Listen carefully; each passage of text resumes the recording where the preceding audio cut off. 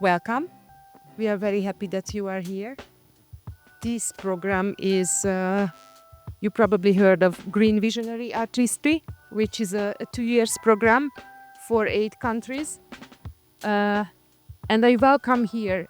I don't know if everyone is here, but I know that from Portugal, Spain, they are raving, Italy, Lithuania, Greece, Cyprus, hi, and Slovenia. So welcome. We are happy that you are here. This evening is about a very interesting topic. It might be a bit strange as well. We try to discuss it. We had a small run just before, and it was very interesting. So I hope that you find it interesting as well. It's about the artist responsibility in the climate crisis. So I welcome here Fanny Schall from the eco community of Nîmes. She will tell us a little bit about it as well. Jonathan Huys, who is an artist from our village. And this is his art. Atsushi Kuwayama. Sushi. Sushi is a documentary filmmaker, kind of. So you will tell more about it. And Dr. Zoltán Kővári, who is a psychologist, a clinical psychologist. And the main focus is on the, or not main focus, but focus as well on, on this topic. So he will little bit tell us about more. So I ask you to introduce yourself a bit more than I did. So and maybe your connection to this topic a little bit, and then we will start the conversation. Funny. Okay. That's very new for me to speak in a mic, so just to know. As you said, I'm Fanny Schall from a small village, Nîmes, which is close to Siófok. We have a eco community there.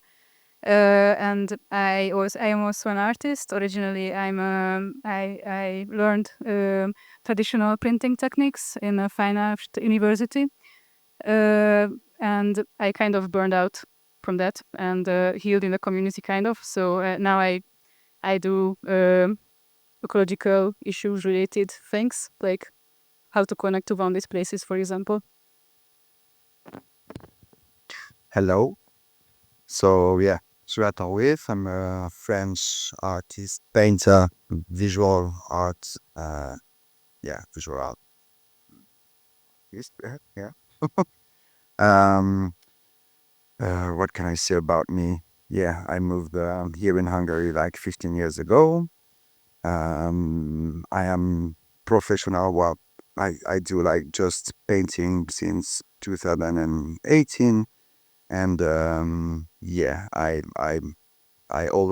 really sarcastic and provocative in my artworks, and the ecological theme and environmental theme is really present in my artworks, and I like to play with and destroying about humanity a bit, let's say. Charming.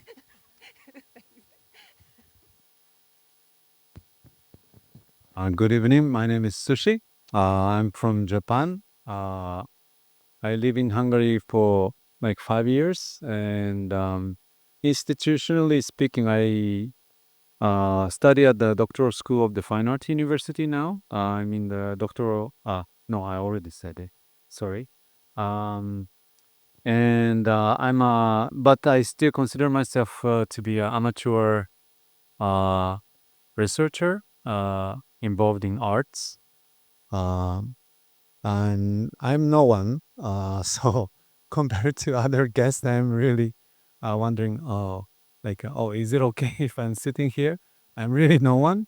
I'm just doing my research under the theme of homework, and making a film with the homeless squatters in Tokyo and learning how they belong to the land that they don't own as a squatter. So they're homeless, but they're belonging to a land in their own way. I'm learning from them through the making of this film together. And I'm also researching Festikurkep, which I guess probably most of you are kind of familiar with if you're from Hungary. And through specific connections I have, one of them is like specific tree, eperfa, which I also planted in this homeless squat in Tokyo because my family name is Kuwayama, and this means eperfa hedge. And Atsushi, my given name, is this means like a sivesh egg, but it's this Chinese character is made out of two different parts. One is bamboos, the other one is horse, and together it's meaning sivesh egg. Crazy, huh? So like, I'm interested in kind of You mean favor or szívesség, just that the others understand, like in English, maybe. also English. It's difficult, but kind of a heartedness. So it's Heartful. it can also Heart- mean like nudge, lerke, but it can also mean very sick because your heart is too sensitive. So like when people get into a coma, this also word is also used to describe the situation. Like heart is like, like a very critical situation. But anyways, but this meaning is coming from the combination of bamboos and horse for their specific historical reason how they met in the imaginary of Chinese people. And as a Japanese, we also use Chinese characters, so we have different ways of relating to signs that are often also coming from natural elements, combination of natural elements. So sorry, I forgot where I was going, but just introducing myself and my research: mulberry, and tiger mosquito, and other insect and the plants I'm working with, chigabiga as well. So these are my experience that could be relevant for today's talk, but I'm not sure because we don't know what we're going to talk about. But sorry, I took too much time. Thank you very much.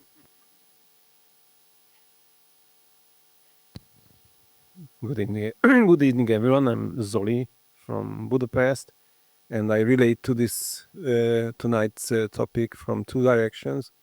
On one hand, I'm dealing with creativity, so I'm clinical psychologist, but my research topic is creativity, artistic creativity, and the other perspective is that when I was a child, I wanted to become an ornithologist. So I'm very deeply connected to nature until today. So some years ago, my ornithologist self from my childhood and my adult self from psychology met when climate crisis topic was rising, and I started to think that how can I take part in this as a psychologist, and somehow it was a natural development for me that eco-psychology has become a side project in my life as a psychologist. So it's not my main topic, but time after time I return to this and I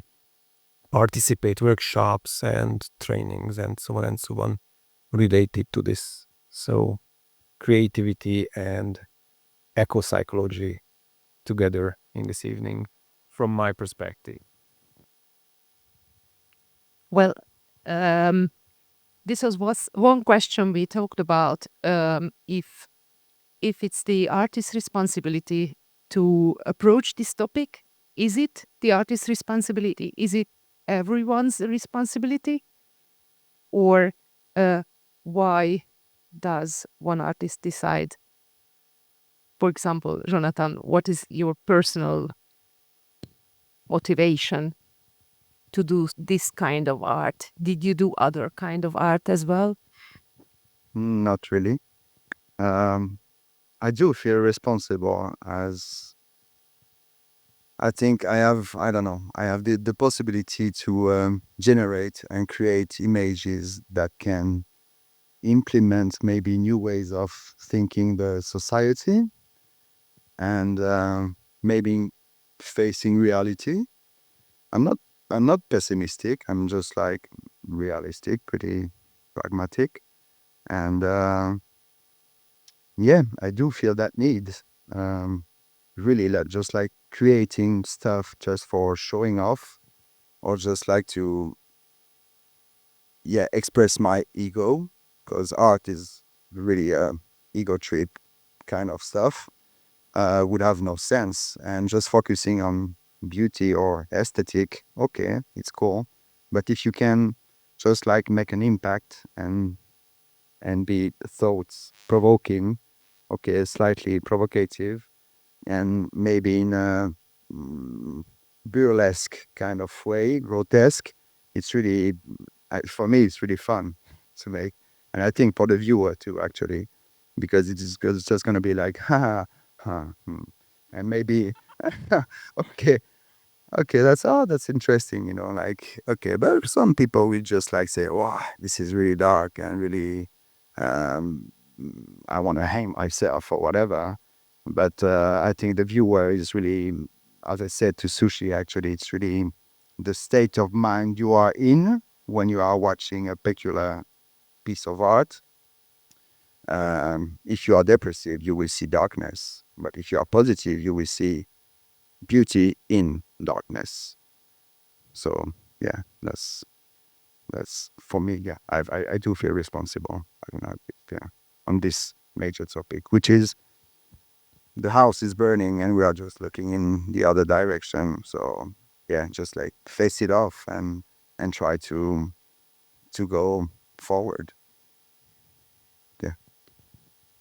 I would like to ask Zoli about, is it true when you are depressive, you see darkness, and when not, I don't know. Of course, but as Jonathan says, there is beauty in darkness. So, and it might be cathartic, and it might lead to the parts of yourself that you haven't experienced before. And it's very important because it helps you to get a much broader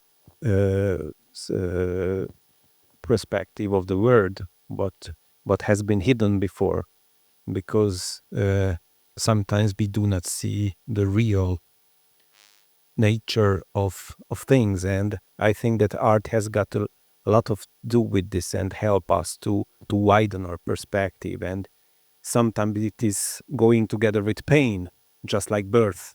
But after that you have fought this, you might feel joy and catharsis, and you feel born again. And it's, I think that reconnection to nature is on one hand about the beauty of nature that you have to perceive and part be the part of it, but you also have to take a look at the dark side and you have to work with it inside yourself. You shouldn't idolize and shouldn't demonize, but it's a very hard work to integrate this in yourself, and that's going to lead to the higher level of reality sense, I think so. But how do you avoid these two things, not to demonize and not to idolize? I think that all kind of psychological work is containing this parts that you have to internalize the good and the bad parts of some other people, of yourself, and also nature as well. And I think that it's an ongoing process. So you will never reach to the end. You will never get a final solution for that. But time after time, you get some kind of synthesis, and it helps you to get higher or to go deeper in this. And I think that art has a lot to do with this, because I really think that the necessary change in mankind's mindset has to be an emotional one, not just a reason. And arts are always about emotions, and that's what how they touch people. And just basing on science and reason is not enough. You have to include arts and emotions. And for this, I turned to Fanny because she mentioned that it was a healing process. And it was so beautiful to think about it, that art can heal as well. Could you tell us more about your work, which is Yeah. a little bit afterward? You can see it Uh, there behind. There is three things which popped up in my head. First, I just wanted to say something else about responsibility, because it's also our thing, our responsibility as artists to just don't think that we are God, that we can decide not to do something actually, because we are in a limited planet. It has limits, and we use resources to make things. So I'm not saying we shouldn't make big things or things which use like chemical or plastic or something. Just like consider that it uses energy and uses resources. So for me, it was a really hard thing in the university, that we were in a big room with other artists, and some of them used chemicals which made it impossible for others to be there, for example. So it's also about collaboration, like how to decide what to do. Is it really that important, that message to say, if others like maybe get ill because the artist had a mask but we didn't? So these kind of things. So I think responsibility goes really far. And I know even an artist called Ivan Ladislav Galeta, who's a Croatian artist. And he actually founded the No Art Earth Day, which is also a provocation, but kind of interesting thought that also keeping art in museums and in places uses resources actually. So it's just, I really started my thinking in the university when I was kind of in the middle of a burnout. Because I really didn't find my place there. Now I know why, but it's not that topic, I think. But yeah, so really, what is art? What is the limit of that? Because he defined art like I am also sound sensitive, by the way. Uh, for example, his project was End Art Project was the name, and he defined his garden as an art piece, and his work in the garden was a constant art piece, and I kind of have this approach of finding these boundaries. What was you just said, that I tried to bring one installation here, which you can try. It was a pretty random thing to bring here. There was two ecological gatherings in Hungary. One of them was European Eco-Village gathering, and the other was Gyutmant gathering. Maybe you know them, the Hungarian ones.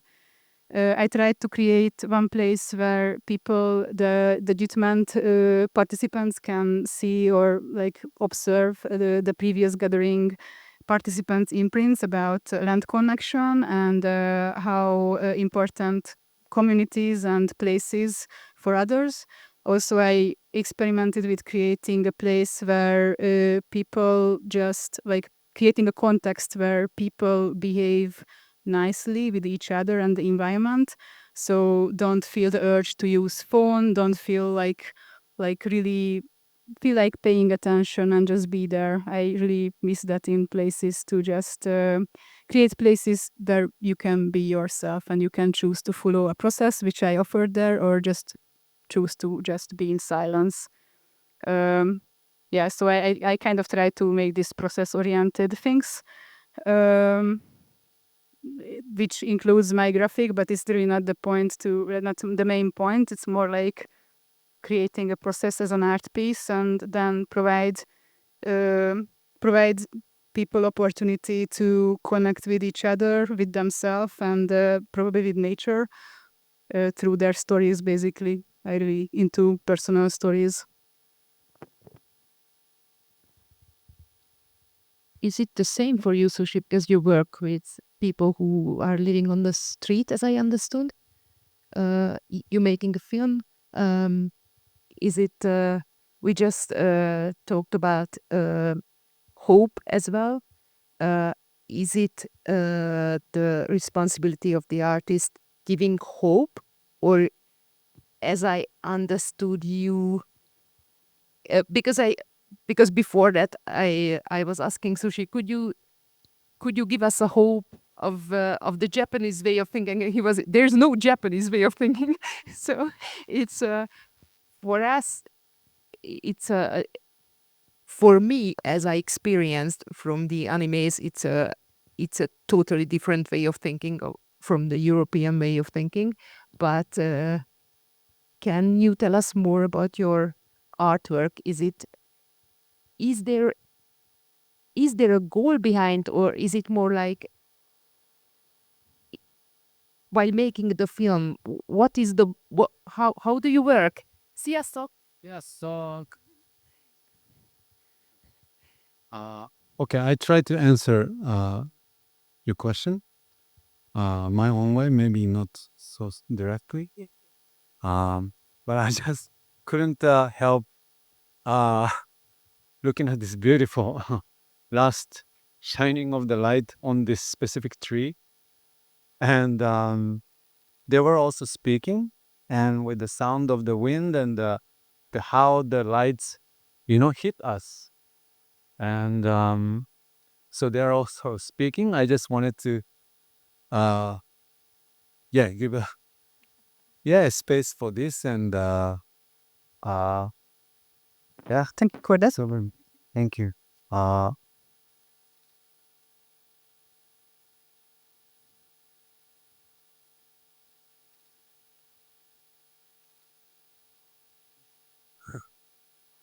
I'm sending sometimes recently video letters to my daughter who's living in the countryside, because my wife and I started living separate since June. And I'm reporting to my daughter wind quite often as a form of a video letter. So I have a very specific connection to the wind, and because it's every day it's different, and every single corner of the same village is different. So I just wanted to recognize and thank this visitor, and this also reminded me of a recent experience of having as a kind of member of a cinema collective. We sometimes do screenings in different unlikely venues, and this summer we had a small cinema in a island in a festival, like a festival, like music, dance, and other workshops, and we had one other part, we had a small cinema. And then we decided to have dedicate this cinema for the spirits of the island. There's a small island on the Danube near the Slovakian Austrian border, and inspired by practice in the northern Thailand, they screen films for the spirit of the dead. So they are seats, but nobody is there most of the times, but they don't care. They screen this film for the dead spirit. And, like a lot of different non-humans also visit in response to the lights. So to date, we have this projection, and we have an image reflected or projected on this beautiful painting that Jonathan did. And we will also have different bugs attracted to the light, and other visitors responding to the situation. And so we got inspired by this kind of a semi-Buddhist practice in the northern Thailand, and we decided to dedicate this screening for the spirit of the island. We didn't care if audience is like big or not. Usually we have this arts and artists. We have pressure of, how many people will come to your exhibition or gallery opening, blah, blah, blah. But we didn't care. We do this for the spirit and the indigenous species, bugs, animals, amphibians, snakes, whatever. And if people are there, they are welcome, but we're not doing for you, And we did this, and yeah, like accidentally there were like 20 some people watching these films that we kind of curated. And in the middle of the screening, we were like two technical taking care of people. And suddenly this laptop, video player icon popped up on the middle of the screen. We were like, what the fuck? Who is? We started playing on the laptop and we came across on the other side of the screen to watch together with the audience. And suddenly this menu popping up, video player or something. We're like, who is touching the, laptop? We went and saw this snail crawling on the touch panel of the laptop. We were like, fuck. And we really were embarrassed. These were the people we were dedicating this film for. And we were like bothered by, this guest. And for the sake of this accidental audience of human beings.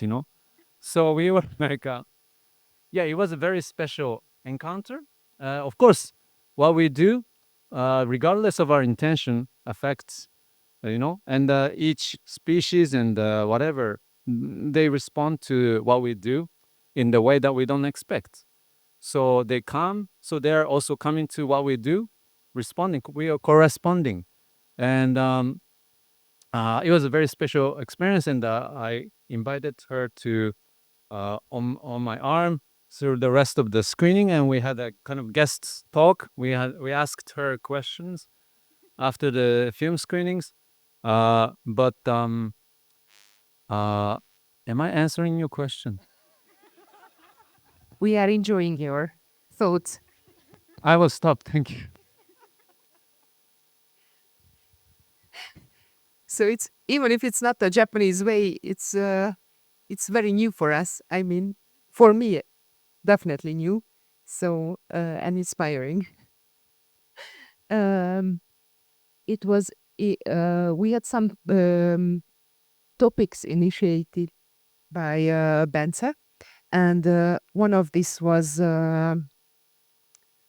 if art can be overwhelming for someone or causing anxiety. You partly talked about this, but in Hungary there is this poster exhibition, yearly poster this huge, where these are huge posters. And one year I was very surprised that I think a Gen Z artist made anxiety for a whole day, like 24 hours, and it really was for a topic for every hour. And it was I was so amazed that they are really like looking in the future with this kind of burden. And there was also eco anxiety involved. I don't know. You mentioned, Zoli, that creativity can be, I don't know what you just said. Can you tell us what, if it's an answer for this kind of anxiety? Yeah, I think that for processing anxiety or dealing or fighting with anxiety always requires creativity, and it can work on different levels. We are talking about big C or big creativity, which belongs to artists because they are talented and exceptional. But we also have the little C, the little creativity which we all have. And I really think as a psychologist that the most important form of little C is dreaming. I always work with dreams in my therapies, and that's the way how everyday people are trying to process their experiences and deal with their anxieties and desires and conflicts. And the artwork and the dream work is very similar. I think so. And it can be successful and unsuccessful psychologically, not aesthetically. It is successful if the process is optimally distanced from yourself. If it's too close, you are overwhelmed and it's not the process is not successful. But if it's too far or too neutral, it will not work. It will not catharsis. So it's obviously very different from people to people, that how much pressure and how much anxiety can you stand. But we know that the artist has to find this optimal aesthetic distance in order to get affected or to influence, but not to raise too much anxiety, because it will lead to defense and denial. And that's why when the eco-psychological paradigm was formed in the 1990s by Theodore Roszak, he said that the environmental movements has to use the tools of psychology in order to get the message right. For example, the direct and harsh confrontation is not working.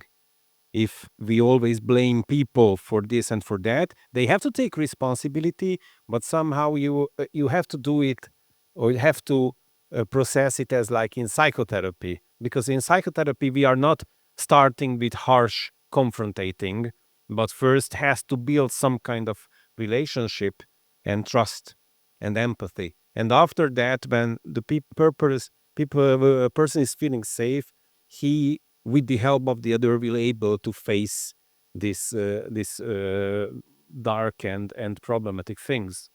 And concerning hope, and if we believe that our situation is hopeless, it does not mean that it makes a difference that which kind of attitude we are approaching this hopeless situation. For example, imagine that there are uncurable diseases, for example, schizophrenia and uh, uh, sclerosis multiple, and so on and so on. But it makes the difference that how the person with this disease is living his or her life, and what kind of attitude does he or she develops towards disease. And I really think that this perspective is also very important when we are communicating with about this clinical, not clinical, but ecological disaster. So we have to be realistic, but we cannot give up the hope that one kind of attitude might help us to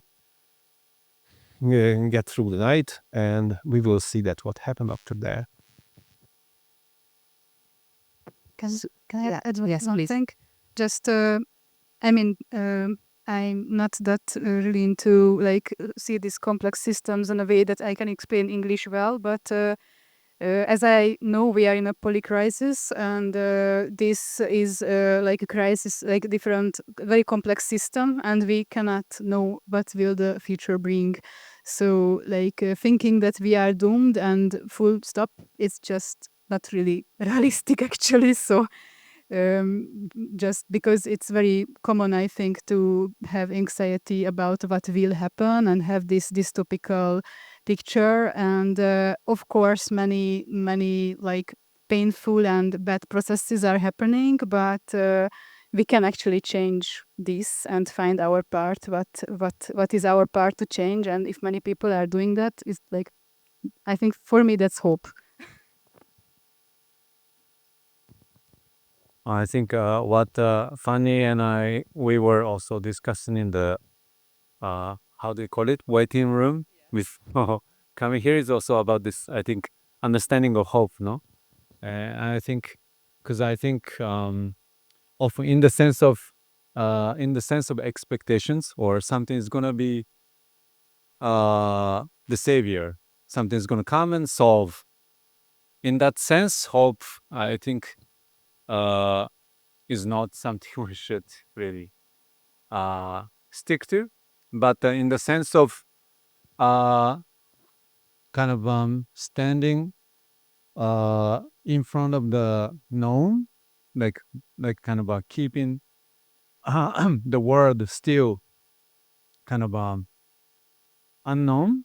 So like we have a kind of sense of we know everything, and through the positive science and also these algorithms, we tend to think that the life is calculable, and the reality future is calculable from the all the data sets of the current situations of all the elements. But I think what artists can do, or like what's been like what they're doing is also to open up this what we think as the known, so that it's predictable and that's calculable. So it's both sides. Like for me, like ecological optimists, ecological pessimists are the same in the sense of we know the future. We're gonna solve the issue. That's a optimist way of pretending to know. And no, we're fucked. We're doomed. There's no meaning of trying anything. That's the pessimistic way of. But it's the same, like different side of the same coin. We think we know. You know, we can calculate the future from what we know so far. But the artist questions these things, small things that we think we know. Is it true? Is it really? Like, but maybe we don't know. There are things that we don't know. So, like, open up to the sense of wonder, open up to the sense of curiosity, uh, asking questions rather than answers. I think this is what uh, I get from artists, and something I feel related to. Also, in relation to my daughter. So it's not like we know we're fucked. No, I cannot tell this to my daughter, 2 years old daughter, and I cannot say that. Oh yes, it's gonna be fine. No, no, no, because it's a lie. It's a lie, complete lie. So, but there's a important space in between that there is neither the positive projection about the future and negative projection of the future, but there's something uh, in the middle that we should keep like staying with. Uh, and the artists are doing great jobs opening these small pieces of unknown. Yeah, thank you. I think that David Attenborough is working with very good artistic and aesthetic effects in his films. It's not fully based on science, but using a lot of aesthetic effects as well, and also very good communication effects, because we teach that the successful communication, for example, is building an ABA structure. First, offering something that can be acceptable and build up a safe space for thinking. After that, confronting the problematic part, and then the end, it's getting back to the more positive and acceptable perspective, and it is useful communication.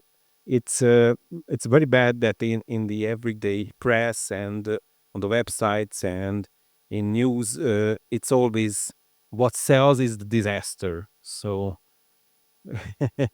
the articles are mostly based on horrifying people, because it's somehow there's a morbid attitude towards us that we like disasters and horror. It sells more. Yeah, the goals are different. Just No, I just had this very crazy idea to edit a newsletter about yes, my tree grown again like 5 centimeter, and I found 2 other apple, and it's I we have this kind of things that and my neighbor pop up with I don't know, with a bunch of tomatoes and just gave it to me, and I mean we have all of these things in our life, and this is not in the news but kind of more in our reality, no?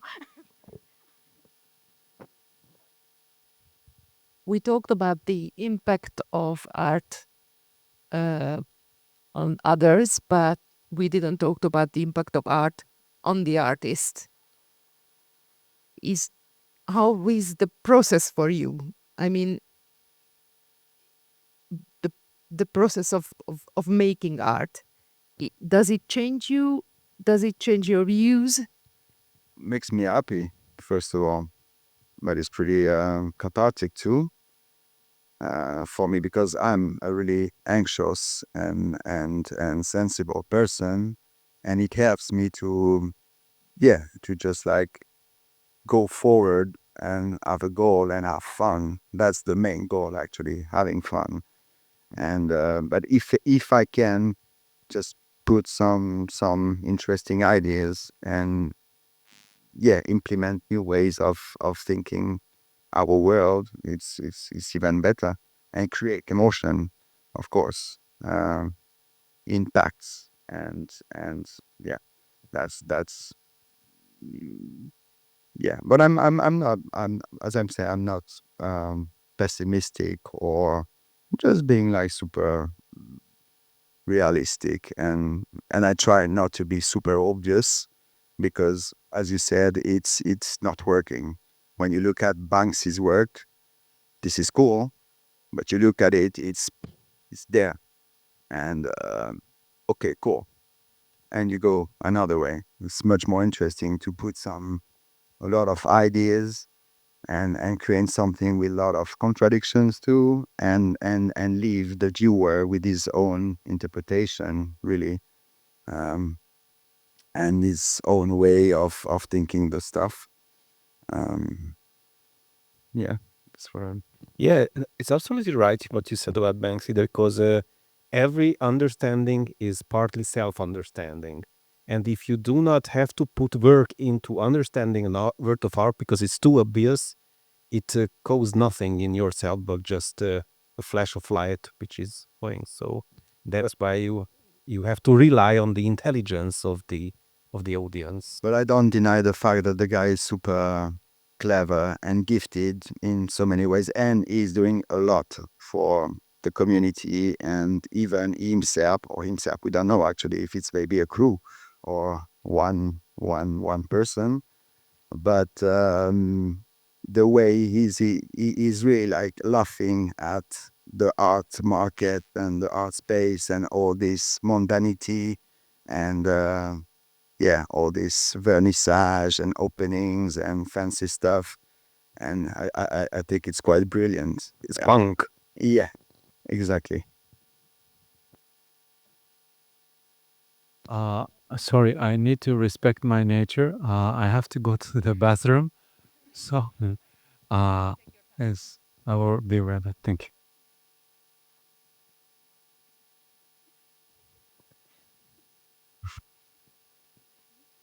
you. I I think I have a, I mean, our art is really different, and I think our process is also.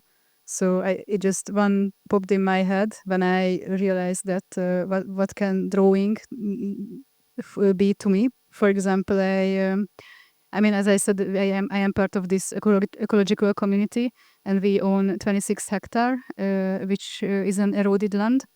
Wasn't still, yeah. So it's kind of our almost religious goal to heal this place and plant trees and help to grow soil and support biodiversity there. And we had, I mean, maybe it was just my thing, but I think it was a community thing too. It was just so shockingly big problem and the big wound in the earth that we owned. It was just a too big task to solve somehow, and kind of it was hard to relate with that because it kind of lost its characteristic because it was just a big agriculture place. And we started to plant trees, but they were not visible from a distance for a long time.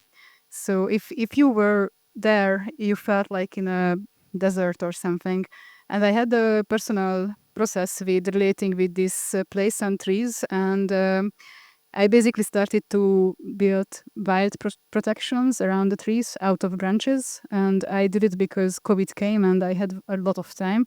And I just started to do that because I couldn't do other thing. And I build up these things around the trees and they become visible from a distance because it's like look like nests or something, and they become visible from a distance. So I could relate to them and I could visit them. And while I was doing this wild protection, I felt I am drawing basically. And then like my drawing is basically a compostable stuff around the tree, which helps to relate to the land. So I can visit this tree, and then after a year or two, I see that the tree was able to grow 1 meter because I did this drawing.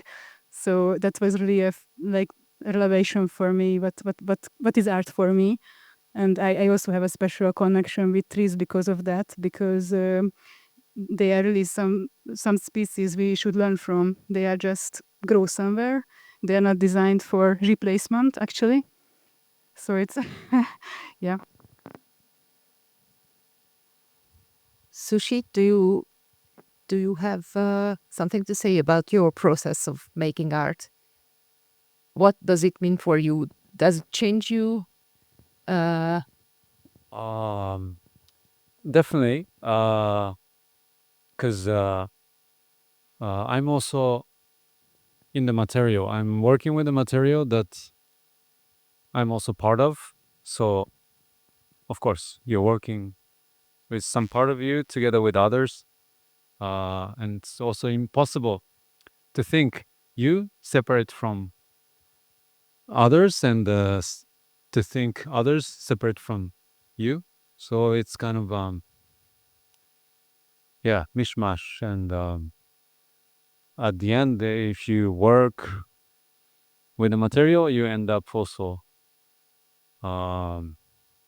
it's not like I change myself. No, I think it's more like, you already from the beginning, you're part of the thing that you're working with. You're part of the anyag, you know. So yeah, it's difficult to answer like logically, but I guess you might sense what I mean. I would like to ask the audience if you have any questions for the artists sitting here.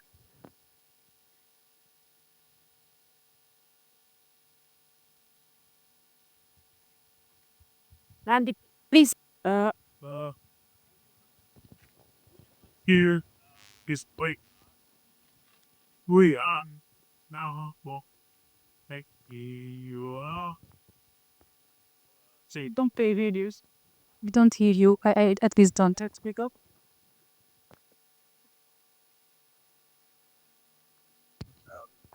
Would you consider destroying art, which is now a trend, that it contributes somehow positively, or is it just a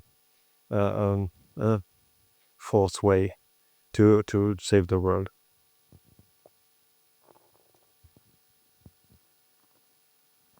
I think that destruction and aggression might have some constructive aspects, but I don't think that way. Not the works of art are the things that has to be destroyed. I think so. So I just prefer Sea Shepherd because they are also destroying, but they are not destroying works of art, but ships that are hunting whales.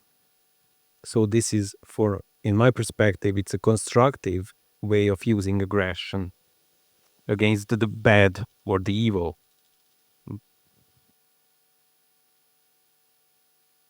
Yeah, I think as a Japanese, I think I'm expected to talk about the whales. No, I think speaking of sea shepherd, I think um,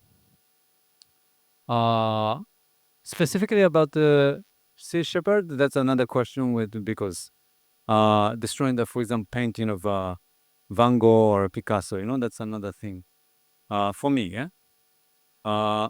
Because one thing is that it's for me it's important to kind of separate the industrial capitalist way of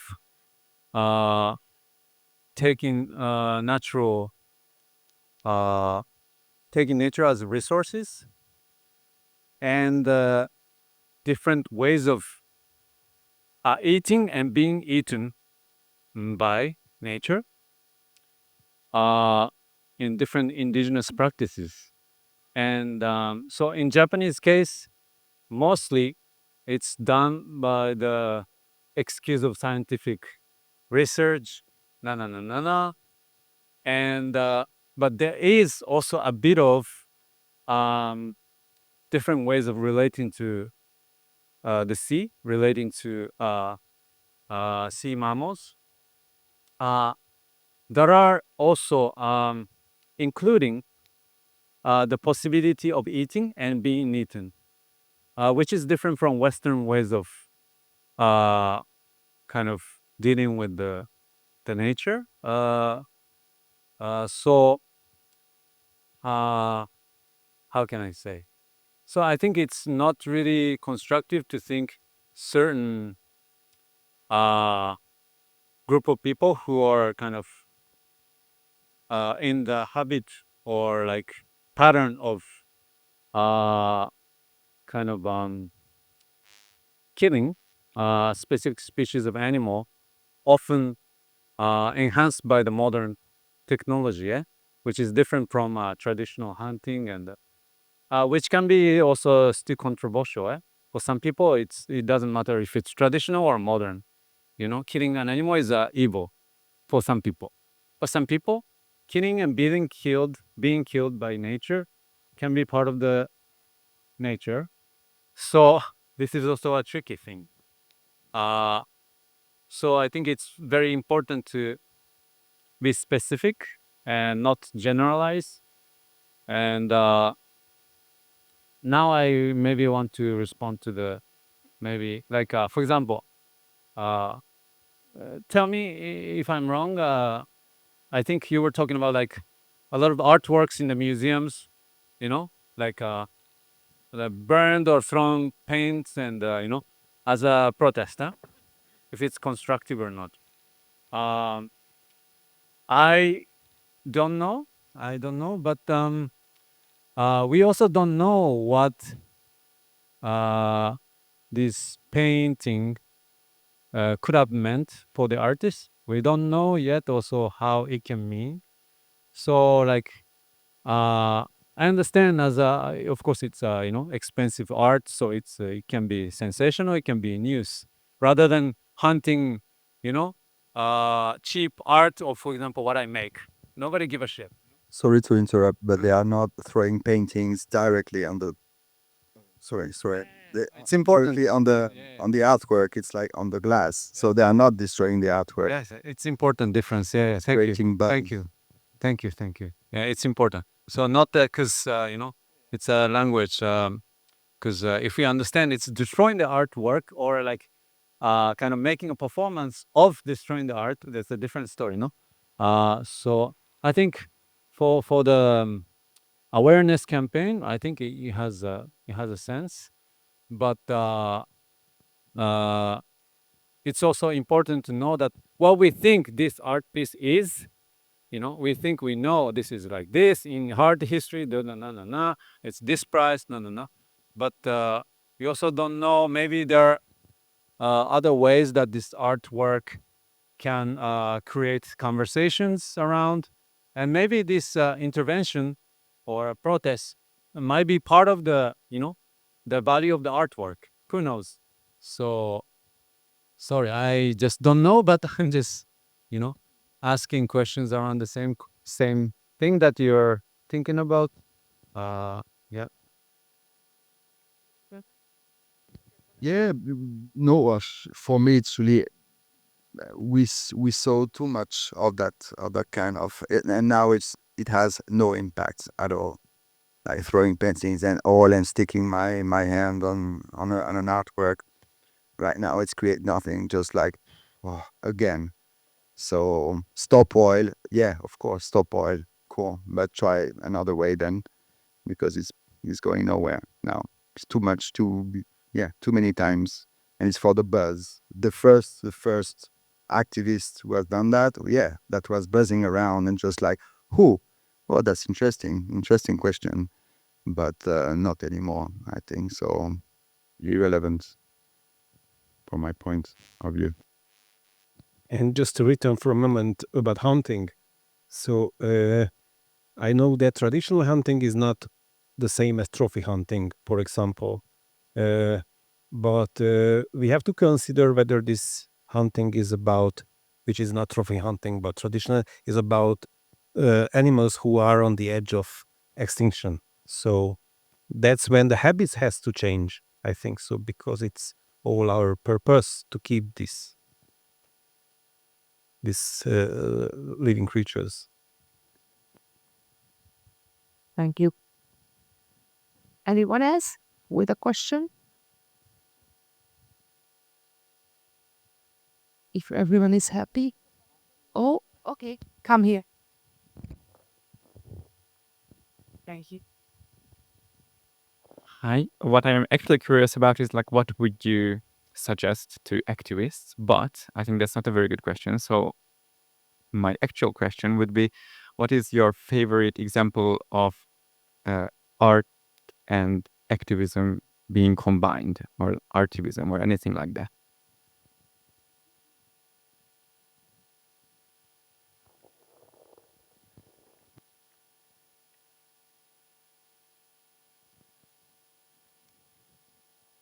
I think I said my favorite actually, just to say that this guy was also the founder of the Croatian Permaculture Association actually.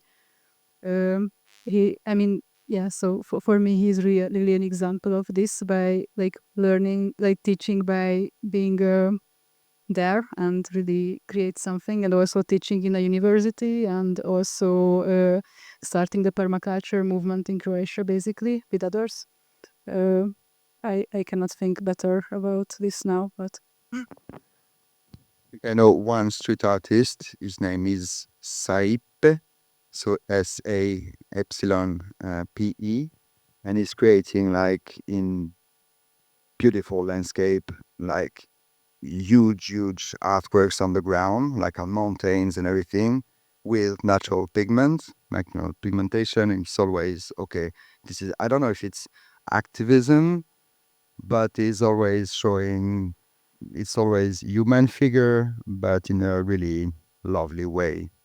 So, and it's not cheesy at all, but it's really, it makes an impact. And the way that he's using these natural pigments makes the stuff much more interesting and beautiful. So I was talking about aesthetic, only aesthetic.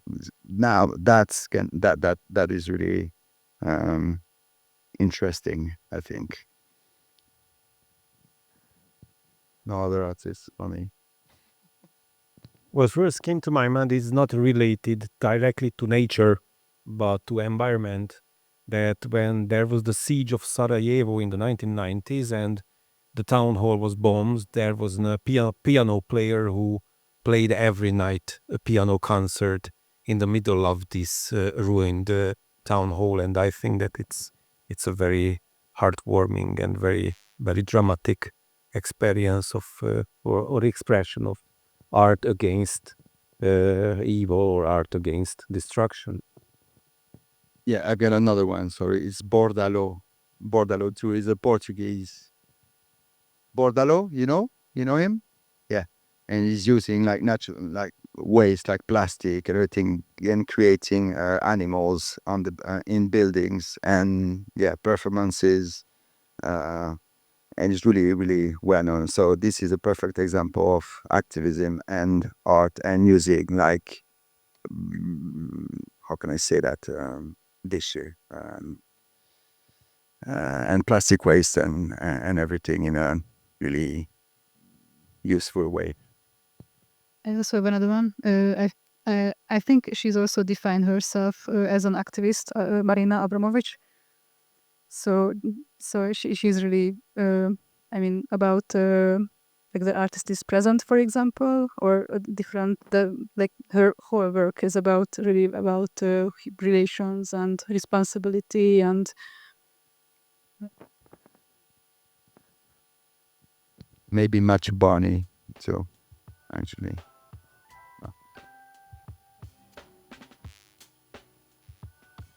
Agnes Dénes actually. She just had a big exhibition in Budapest.